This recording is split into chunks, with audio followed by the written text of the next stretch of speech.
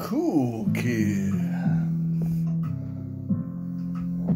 Oh yeah. Woo woo. Today we're doing Silver University, cool kids. Because I am going to put out an idea to you guys. I want to know what you think of it. I want to know how you feel about it. I want you to give your interpretations. Make this video interactive fun. Oh, I do like some interactive fun. You know that? Oh, yeah. The good stuff. So, I propose to you today that while no type of stacking is wrong, we've been doing it wrong all along. Let me tell you my sad, sad song. We've been stacking the wrong stuff, paying spot and such. Don't make no sense when you think about it. 'Cause you can get this stuff and it's not too rough. You can get it below, baby. Low and below, baby. All day. All day, guys. So, I did a little experiment this weekend.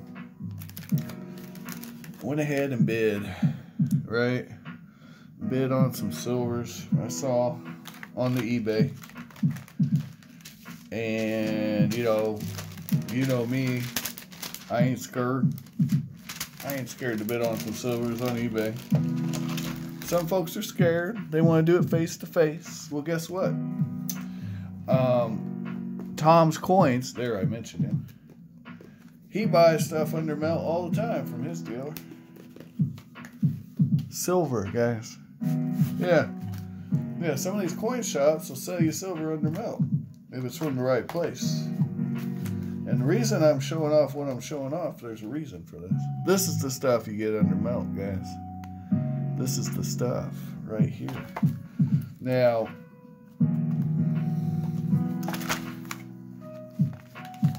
is there a learning curve?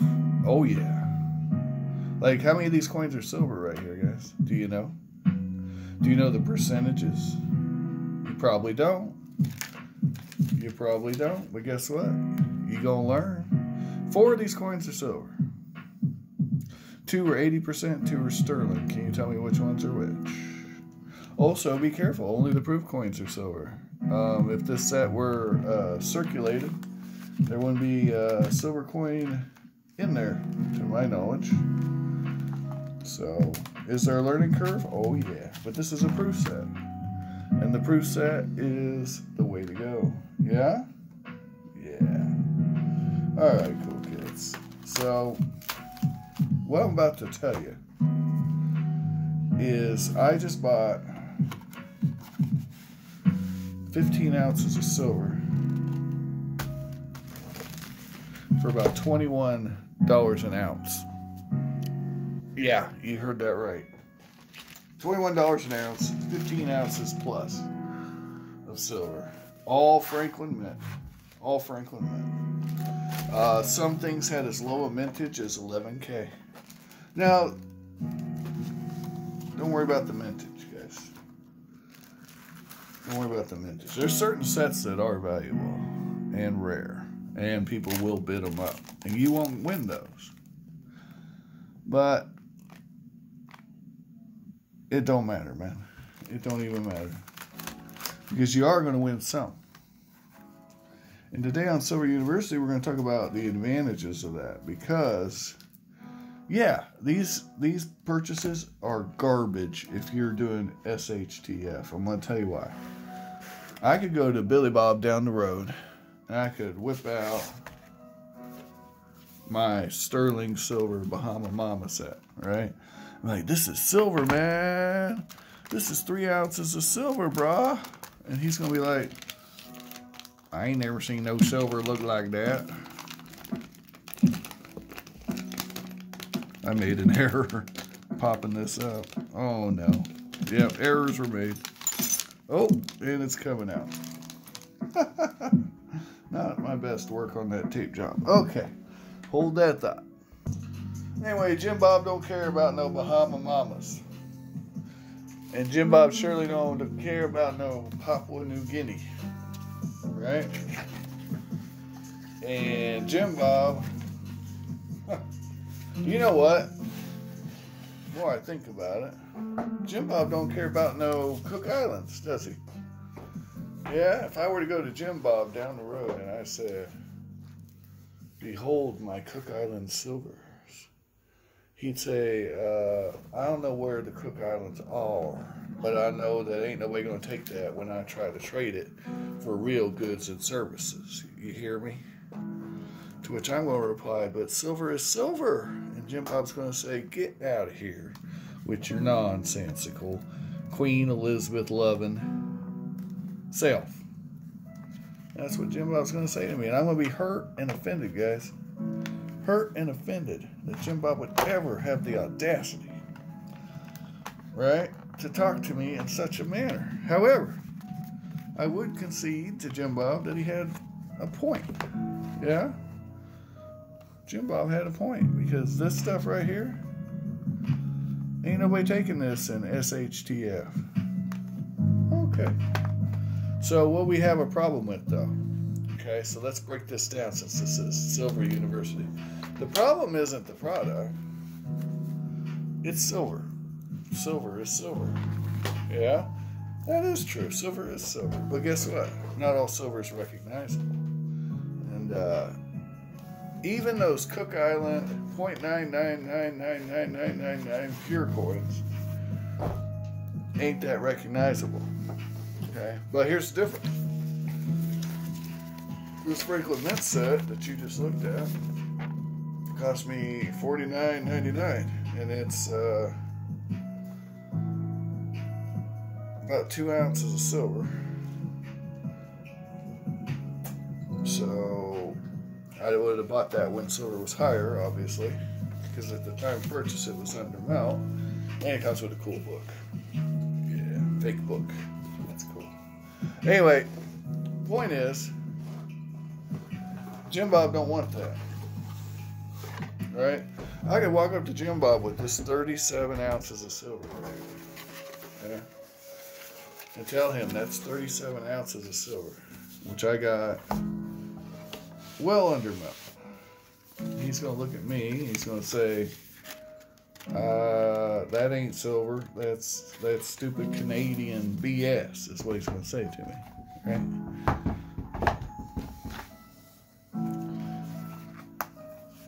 He's going to say, that is that dumb Canadian stuff. Ain't nobody got time for that. Nobody wants that in its fancy holder. Jim Bob says, I can't take that from you. I got no use for it. Right? Now, Jim Bob isn't wrong. If Jim Bob's looking to trade out this stuff for goods and services with the local yokels, they're not going to care about what silver weight it is. They don't care. Okay? So why would you buy this stuff? Well, for one, you get it under melt. That's the whole theme here, folks. For two, some of it's pretty low mintage, if you care about that sort of thing. Three, some of it's pretty. I mean, some of it's pretty fly, man, to look at. You know, some of those are pretty gorgeous designs. And I gotta tell you, I mean, that can be worth the price of admission, right? Just for the cool factor. But none of those are reasons to stack it. Not really. The real reason to stack it is because refiners don't care. When I go to the refiner and I show him this, and he says, oh, Jim Bob shot you down, huh? I say, well, yeah. Well, guess what? We're going to have to give you under melt for it. Under melt for that, because it's got no recognizability. Ain't nobody going to want it, but I can melt it down, turn it to an American Silver Eagle, and then everybody will pay over for it. And I'll say, you know what, dude, I don't care what you do with it. I'm trying to pay off my house, keep my family fed. So I grab, a couple tubs of this stuff, and I take it to the refiner or any coin dealer who is a verified coin dealer, right? Any verified coin dealer can sell to a refinery. Yeah. And rates are nice. I did a video about them. You should check them out. But we can look them up. Actually, let's do that. Alright, this is Kitco, guys. Kitco Precious Scrap Metal Dealership. What they're going to sell, if you're going to sell scrap, yeah, this is what you're going to get paid for it. Alright. Sterling.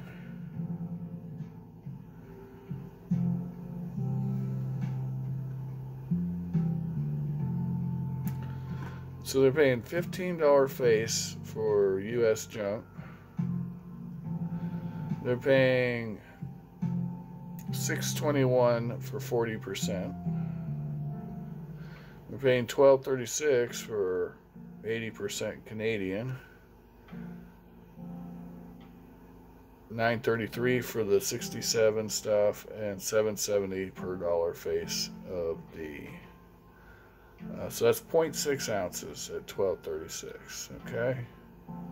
Now, 15 times face. Let me do some math. I'll tell you what that is per ounce.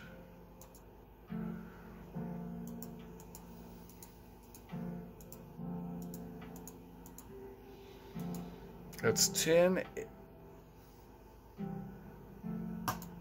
Hold on, I did that wrong. We're bad math. All right.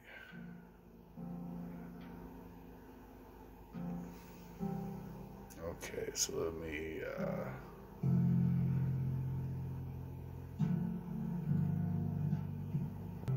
All right, 60 cents per gram. Much easier math. I could have done it the other way too. So they're paying $18.66 an ounce. So I divided when I should multiply.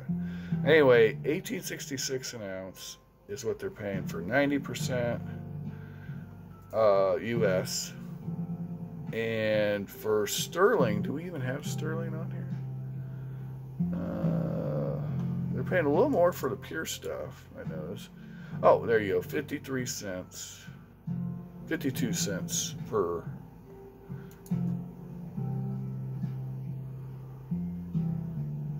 grams. So 52 times 31.1. So sterling's yielding $16.18. We'll round up. Or let's round down. $16.17 an ounce. Okay? Now, that's not great right now. However, what is that as a percentage of melt right now? Well, silver's about 23. So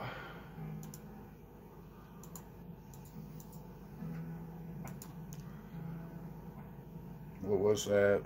16.3. Okay, that's $6.70. So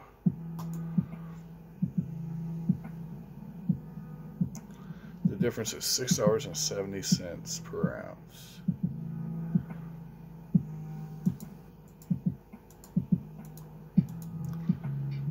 So it's a 30% difference, 30% under melt. So 2/3 of melt's what they're paying.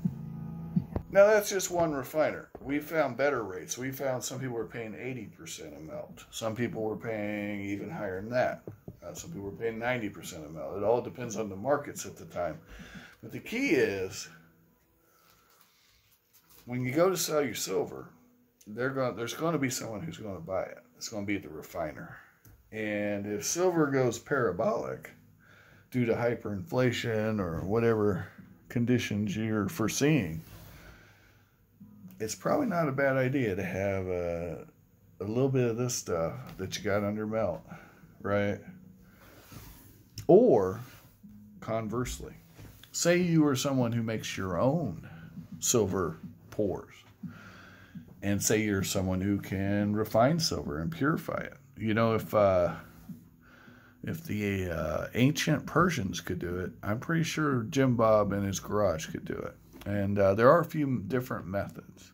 Some incur more loss than others. So I'll let you research that. But say you're refining your own silver.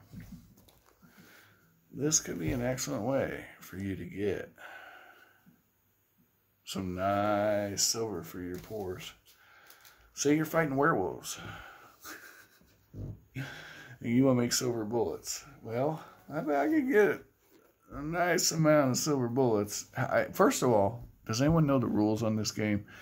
How pure does the silver have to be to harm the werewolf? Like, would a 50% silver bullet do the trick?